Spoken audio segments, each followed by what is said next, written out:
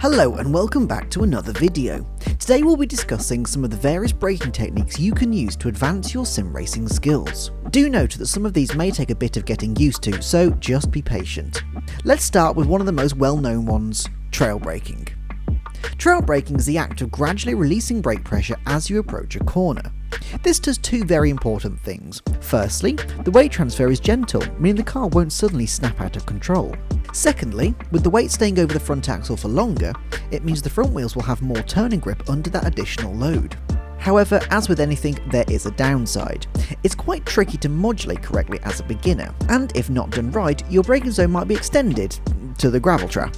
Trail braking is especially useful when you're approaching a slow corner at high speed, as it helps settle the car and keep the weight transfer steady. A great example of where this can be applied is into the chase at Mount Panorama.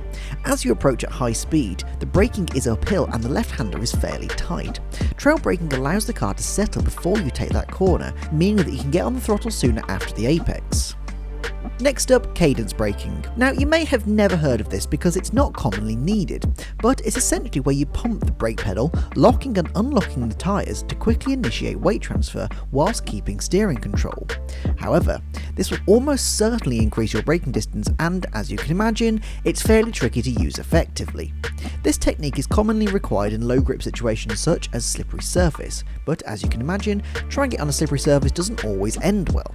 What it does do, however, is give you a good feel for the grip available and the braking limit that you can achieve. Now to one that we all do but may not know what it is, threshold braking. This is essentially where you brake as hard as the car's grip limit will allow without locking the wheels. This of course is the most efficient way of braking, and it will help you decelerate at the quickest possible rate. However, it's almost impossible to sustain because grip limits are forever changing. Different surfaces, wearing tyres, different setup, the list goes on. So it's better to go to 90% and ensure the wheels don't lock up. One of the safest bets using threshold braking is a long straight into a hairpin, as the only thing you need to do is scrub off speed as quickly as possible. But if it's a slightly tricky approach to a corner, then threshold is not really the route that you want to be going. Now, progressive braking is where you gradually apply pressure until you can't anymore. This is particularly useful when your approach and braking zone into a corner is not exactly straight. This allows you to slow the car down with a slow weight transfer that won't throw the balance of the car out the window and makes the car very predictable. As with others, there are drawbacks, chief among which is the fact that doing this effectively is tricky, as it will usually increase the braking distance. Knowing the rate that you can apply brake pressure for progressive braking is a skill that you can only learn by doing. One you probably won't ever have to consider in circuit racing is brake drift. This is where you pump the brake a few times and then go to full pressure. This essentially pushes the car to go sideways by violently transferring weight until the car loses balance.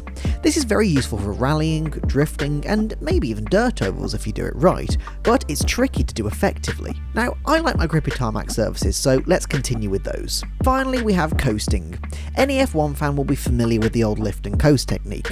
This is where you lift off the throttle and let the car roll for a short period of time before braking.